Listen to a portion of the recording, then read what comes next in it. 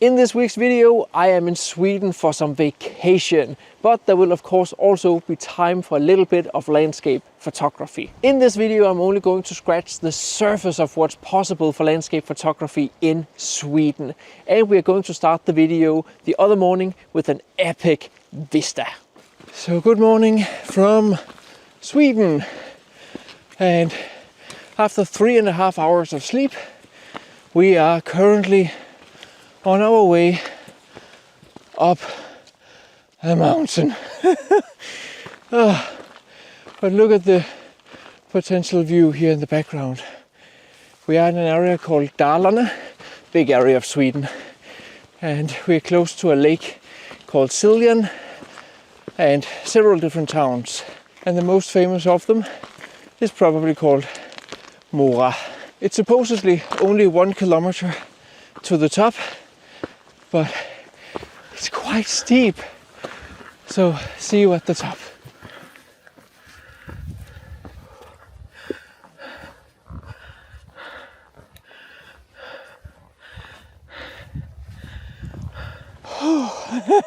And we made it to the top. It was way steeper than I expected. Not that far, but way steeper. But this place here, with this tree and this view here, was one of the first things that popped up when I searched for landscape photography in Sweden. This morning the humidity is quite high. I had a hope for getting some fog down here. Both Windy and Ventoski said that there would be fog, but sadly it's not there. There is quite a lot of humidity and mist in the air, so once the sun does come up, it should light up the entire area and this beautiful landscape with this lake and all the small, quite Swedish and characteristic islands in the lake here behind me.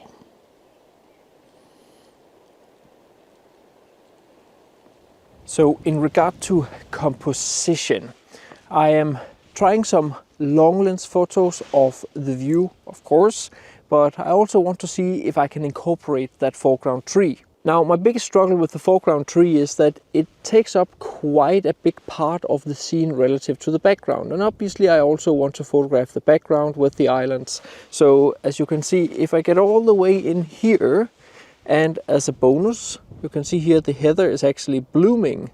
So if I want the heather in there too, the tree becomes quite big in the scene compared to the background. So I do think I will have to sacrifice the heather and move further back and see if I can compress the scene a little bit more. So by moving back, and then as you can see here when I zoom in, obviously a little bit further back, then the background becomes larger and I will still be able to have the tree in there. You can also see here in front that I have all these smaller islands, and I'm just going to zoom in a tiny bit. So as you can see that I get rid of this plant here, and over here on the left you can see how the lake kind of becomes narrow right here. I also want to get rid of that. So by zooming in like to something like this, I clean up my edges and I don't have visually interesting things very close to the edges. Now obviously this entire composition can change a little bit. I may move the camera further to that way or this way, but the concept and the point is that I simply just have these clean edges right here. Now all this can of course completely change once the sun actually comes up and starts lighting up the scene. I also have a pretty promising cloud cover, so somewhat local clouds and a somewhat clear horizon, which means I should be able to get some color in the clouds.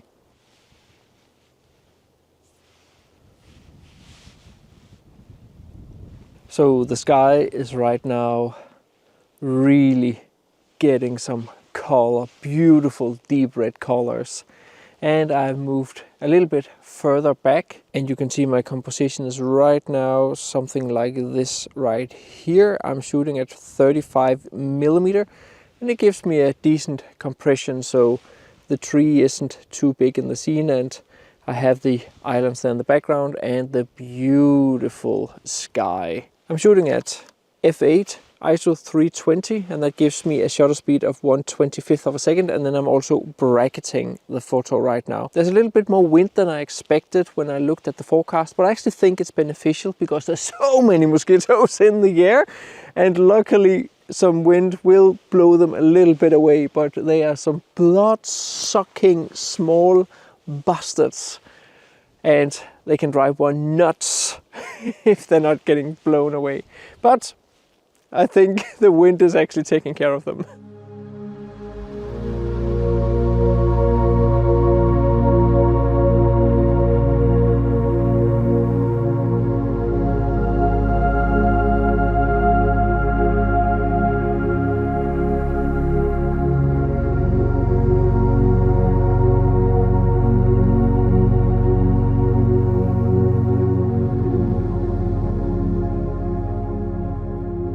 So the sun is really coming up now and starting to light up the scene. I've kept the same composition right here because my hope is that once the sun here is coming up, it will light up the atmosphere in the air and create a little bit more separation between the tree and the background. And then I may have some shots that I can blend in so I can get the very nice sky from before and then a tree with some more separation to the background. Now, I'm not entirely sure if I'm going to do that or if I'm just going to get the shot as it is right now, because it actually still looks really nice despite the clouds not being lit from the underside anymore. And this is one of the things, like when I'm out, I try to dedicate myself to one composition when it's a big vista shot like this, because then I can blend in the different elements throughout the sunrise or sunset if I'm photographing. And it's called time blending. If you want to learn more about masking, time blending, how to use Photoshop to mix photos together like this, or how to generally just edit your photos, be sure to enroll in my big Photoshop for Landscape Photographers post-processing course. Right now I'm running my big summer sale where you can get entire $100 off with the code down in the description of this video when you enroll. It is in this course where I teach you everything I know about editing, with the purpose of course that you get all the different techniques that I know, and then you can mix and match them exactly as you want and use these techniques to your benefit to get the photos that you want to get. As mentioned, there is a link with the discount code to the $100 off down in the description of this video.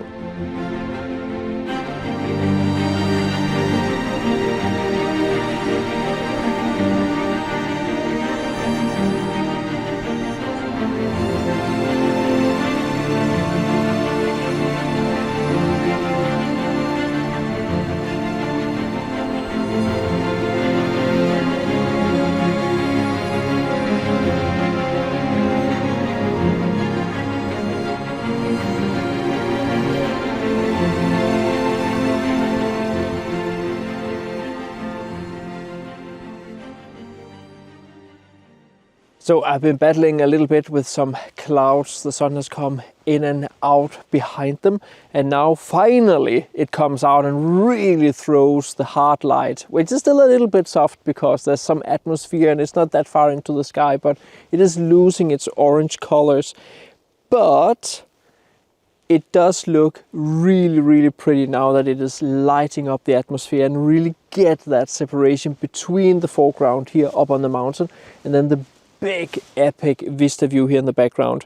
Now I just need to find a few different new compositions and move the camera relative to the tree a little bit back and forward so that I don't have the sun within the frame, but I do benefit from the lights shooting somewhat towards the sun. There really are just so many compositions popping for me right now when the sun is out and it's lighting up the foreground and I get that separation to the background. It looks phenomenal. The clouds are just perfect. The only thing I'm struggling with is trying to find that proper or optimal size difference between the background and that foreground tree, because the scene looks really, really good, but if the tree is too big, it takes too much attention away from the background, and I can't really move so far back that the tree becomes much smaller. Yet I also want some foreground so I get that depth in the foreground. So yeah, it's a little bit give and take and moving a little bit back and forward. I obviously also want to include the heather, the blooming heather, which is a big bonus, but the patches aren't really optimal as I'm standing right here, even though they look pretty.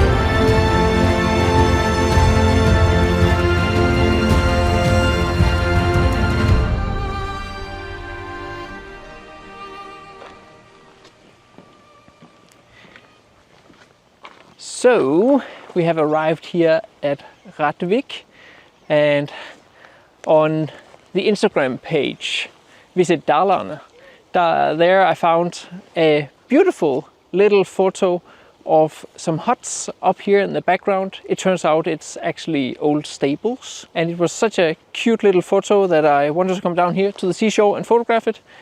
Crossing my fingers for some reflections down here, but the chance of that looks fairly dim because there is still a lot of waves. But there are huts, there are some somewhat lone trees that can work also as part of the subject in the photo, and then I can work with the foreground right here. So I have put the camera up here where I have this grass as the foreground to deliver some depth. Then I have the water right here, and then I have the houses and the tree right there. I actually really like the colors of this photo with the greens and the blues, and then this cloud up here behind me. Now, one thing that's a problem is that just between the tree trunks right here, there's actually a pier, and apparently a group of people have decided to stand in their swimsuits and hold a meeting. And they are just standing there. So I will have to be a little bit patient and wait until they go away. In regard to my settings, I put on the 10-stop filter, and at f8 with ISO 50, that gives me a shutter speed of 30 seconds. And see up here behind me, the sun is actually coming down here behind these trees, and I still want some light on the foreground. So I'm crossing my fingers that these people are moving away very soon so I can get the shot. I've also composed the photo so that I'm cutting off the church, and there's also a little light pole, light stand lamp that I want to cut off, as you can see here on the B-roll right here. And then I have the trees out there on the other side, and I kind of have that depth there in the foreground. So you can see I'm again really thinking about the composition and deciding what kind of elements or what elements in the scene I want to include and which ones I want to exclude. And if you want to learn even more about composition, be sure to get my 2 ebooks on exactly that topic. I cover balance, I cover subjects, leading lines, separation, whether you should go for a central or off-center composition, how to create flow, how to work with different focal lengths, how to show size and scale in your landscape photos, and much more. The ebooks are super easy to read. They have minimal text, tons of examples, so we get to the point fast. And in the last chapter, I summarize everything and put it all together. Easy to understand. There are links to both of them and the free light versions down in the description of this video. And of course, a massive thank you to all of you who've already got the ebooks. It's because of you that I can do this as my job.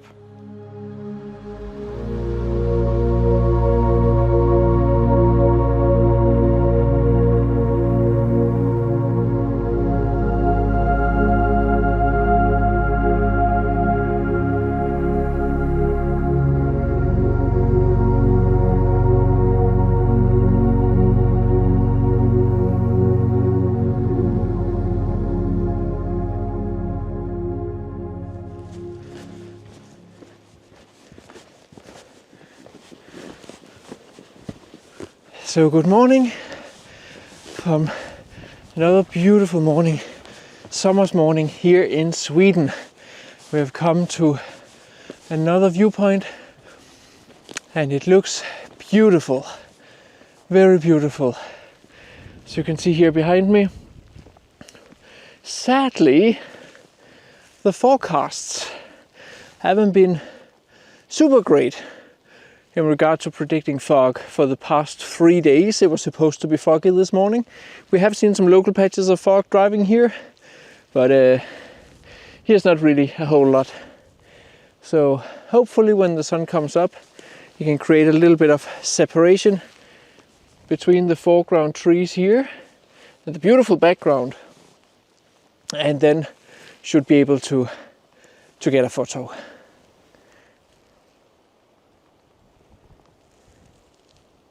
So I have found this small composition that I actually quite like. You can see right here. So I'm using the rock here to frame this little tree right there. As you can see, I've had to reverse my tripod. But the good with the flippy screen here of the A7R5 is that I can actually flip it out and see it correctly. So you can see I have my composition right here. I have tried to see if I could get it a little bit lower, so I have the lower branch there a little bit further up. But at the very least I have the top of the branch right there. It's because I don't really want it to cross the horizon where it's at right now. Optimally, I would like the horizon a little bit further down, but then again I wouldn't be able to see the background forest. So I'm just going with this composition right there. I also have to focus stack, specifically this one here. So I'm just focusing here on the foreground and use the focus bracket mode of the Sony A7R5. And it just takes like 7 photos at f13. The reason why I use f13 still at focus bracketing is that I want as much overlap between the brackets as possible, because then I get the smoothest transition and the best focus stack to work with afterwards. And as mentioned, if you want to learn about editing and focus bracketing and much more, be sure to use the coupon code with $100 off down in the description of this video. If you see this after my summer sale, there's another discount for 15% off.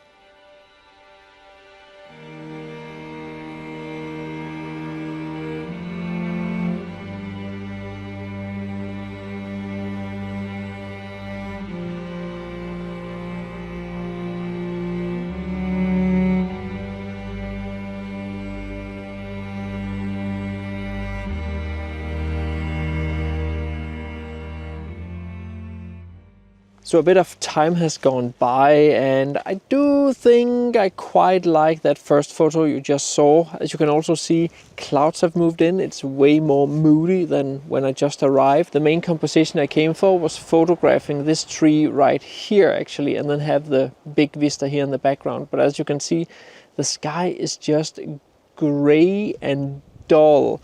And when there's no light or separation or anything like fog or atmosphere down here in the valley, a vista shot like this, it doesn't really work. It's just flat, dull and boring. And if nothing happens, which is probably not going to do because it's supposed to just become more and more cloudy today, that shot totally just won't work.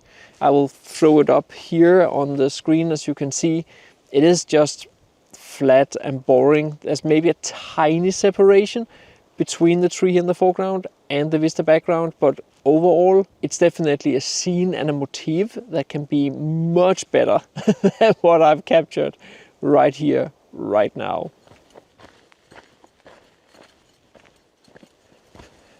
So it is important to not despair when things don't work out as planned. Just come up with a plan B, do something else. And I put on the long lens and I think I can get a shot out here. Yes, because there is some fog over the forest and that looks pretty nice with the long lens.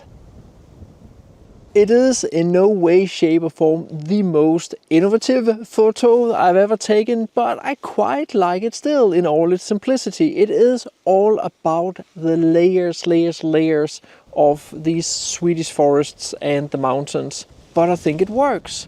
I have the foreground ridge line, and then I just have layers upon layers upon layers throughout the forest, and there is a good separation between these layers as we get into the background.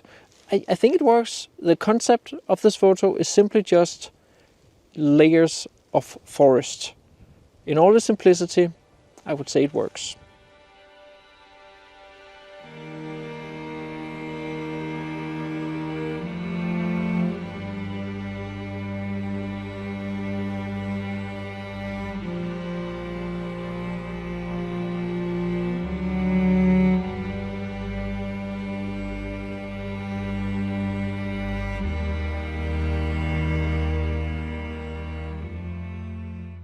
So as always, good not to despair too much. Give it a little bit of time and maybe some creativity comes to you. As always, if you want to learn more, be sure to check out the description of this video. Use the coupon code to get $100 off my big Photoshop course. If you want to learn more about composition, the links are down there too. Hope you enjoyed this first video of mine from Sweden. Hopefully there will be more. See you next time.